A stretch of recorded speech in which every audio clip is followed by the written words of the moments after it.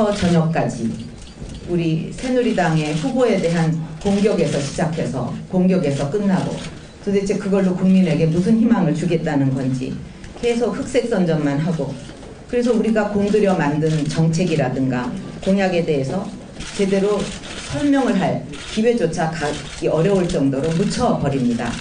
현장에서의 여러분의 어려움이 더 크실 거라고 생각을 합니다.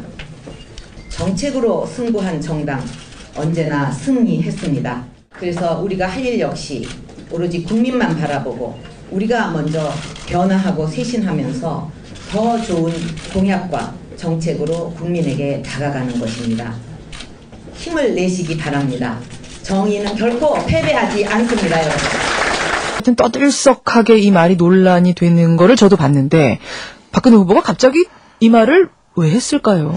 본인이 정치장학회에 대해서 일요일 날 처음으로 이제 기자회견을 했지 않습니까? 예. 뭐 이후에 이제 평가도 다르고 논란도 많지만 그때 한 발언을 수정할 의사가 전혀 없다. 그건 내 확신이다. 이걸 다시 한번 이번에 보여준 것 같다. 이런 생각이 듭니다. 그래요. 정의란 말 정말 의미심장해요. 우리가 많이 쓰는 말이긴 하지만. 네네 그렇습니다. 대선 후보 입에서 정의란 말 나오는 거 그렇게 쉽지 않거든요. 그렇죠.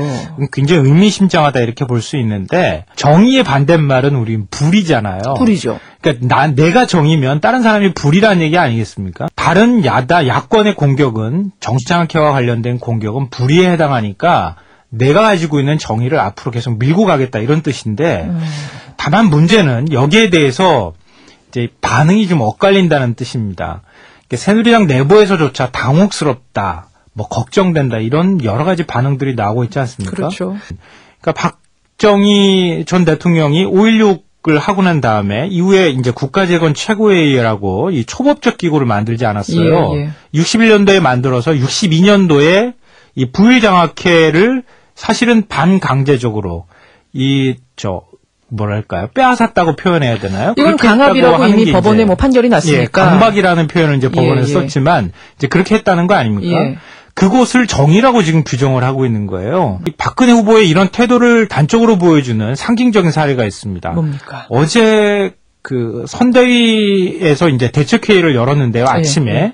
대책회의에서 정수장학회 정자도 안 나왔다는 거 아닙니까? 이 함구령이 내려졌다 그래요. 정수장학회 얘기는 꺼내지도 말라 이렇게 후보가 지금 얘기를 했다고 합니다. 당 그 공식 기구 외에 있는 사람들은 막 들끓고 있고 예. 야권에서는 막 반발하는 지금 뭐 당 이런 상황인 것 안팎에서 다 같습니다. 이야기가 나오고 있는 게 현실인데 함구령이 내려진. 이거는 이제 박근혜 후보가 그동안에 이제 지지율이 좀 정체되어 있는 상황에서 이 수세 국면이라기보다는 좀 공세적으로 태도를 좀 전환할 필요가 있다.